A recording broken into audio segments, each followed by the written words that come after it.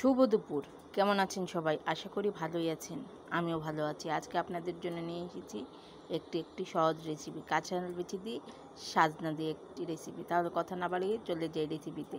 যা যা লাগবে, প্রথমে লাগবে কাঁঠাল বিচি, ডালের বড়ি, টক দই, তারপর হলুদ মরিচ ধনিয়ার গুঁড়া, সাজনা, পেঁয়াজ কুচি, স্বাদ মতো লবণ, আদা এবং জিরা বাটা, পেঁয়াজ রসুন বাটা।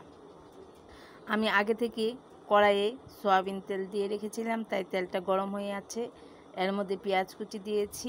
পেঁয়াজ কুচি দেওয়ার পর কিছু সময় পর আমি মশলাগুলো দিয়ে দিই, হলুদ মরিচ ধনিয়ার গুঁড়া, তারপর আদা এবং জিরা বাটা দিই, পেঁয়াজ রসুন বাটা দিই এবং স্বাদ মতো লবণ দিই। লবণ দিয়ে কিছুটা সময় আঁচে রেখে দিই, ভালোভাবে মশলাটা যেন কষিয়ে আসে তার জন্য।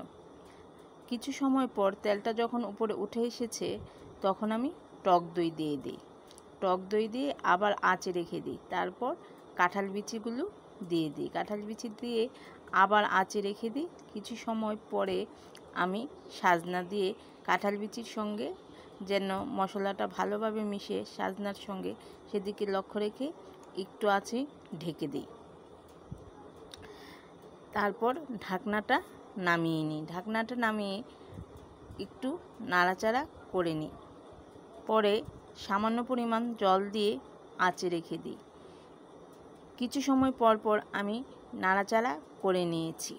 তারপর আমি ডালের বড়িগুলো দিয়ে দিই।